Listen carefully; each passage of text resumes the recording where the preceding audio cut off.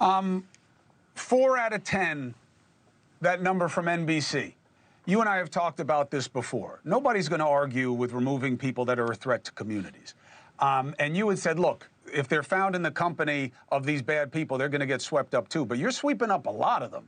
We were hearing stories about those people getting sent to Gitmo. And I know that you win the argument of what an illegal entrance is. They're either it's law and order or it isn't. I get it. But isn't there something more selective about this than all burglars are the same? All illegal entrants, do you really believe they're the same? No, absolutely not. And that's why we're prioritizing public safety threats and national security threats. And most of those non-criminals that are in ICE detention are one of two things. They're the few that cross the border and we end the catch and release, so we detain them and remove them. Or most of them are collateral arrests when we're in sanctuary cities looking for the bad guy. And we have given ICE instructions. When you look for the bad guy and you find others with him, you will arrest them because they're in the country in violation of law. Last administration told ICE agents, you can't arrest somebody for just being in the country illegally.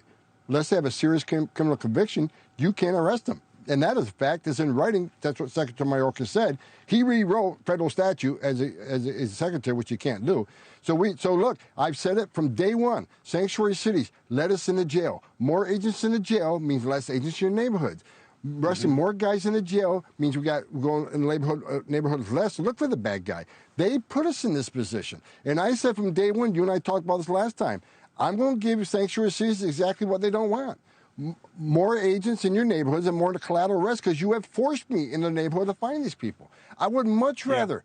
It's safer for the community, safer for the agents, safer for the aliens to arrest a bad guy in the jail. And I think the immigrant community's behind me. I think the immigrant community would say, if you ask the immigrant community, would you rather ICE walk in your neighborhood or would you rather them in the jail? They didn't want them in the jail because most immigrant communities, even though they may be here illegally, they're family people too. They don't want a predator walking through their neighborhood. They don't want someone arrested for DUI 5 times driving through their neighborhood. Let us arrest a bad guy in the jail. That will solve so much of the problem, but sanctuary cities just won't allow it.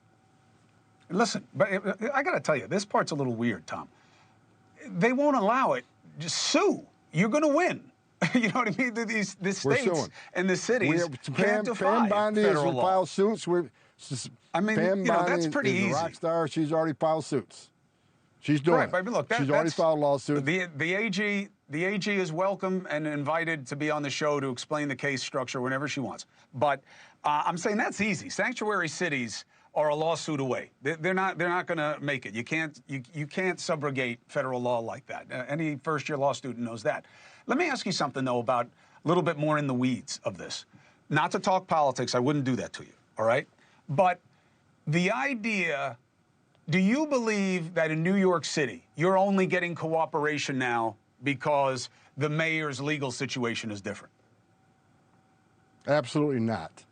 We and the mayor's been talking since November about cooperation. I've said it on 100 different shows. When I called the mayor out for 2 years. I've been on. I was with another network, and I says, "Look, I think he forgot what it's like being a cop and became a politician. He ought to take the badge and throw it away because he doesn't care about his officers being beat up by illegal aliens." We've all seen the video. But when I met with him in November, I sat down the first time face to face. I saw the cop in him. He says, "Look, I'm a career cop. I don't want my officers attacked by illegal aliens. I don't want illegal alien crime in my neighborhoods either. So let's find a way to work together." So we talked about getting back in Rikers Island. We talked about him helping me find missing children. We talked about helping me find the worst of the worst and take them out of the community. And so I went back and saw him just recently to follow up on what we talked about. I wanted some steps taken and how we can get this implemented. And I talked to him again. So we've had, I think, 3 total meetings. First meeting in person in November. We had a follow-up meeting. I believe you.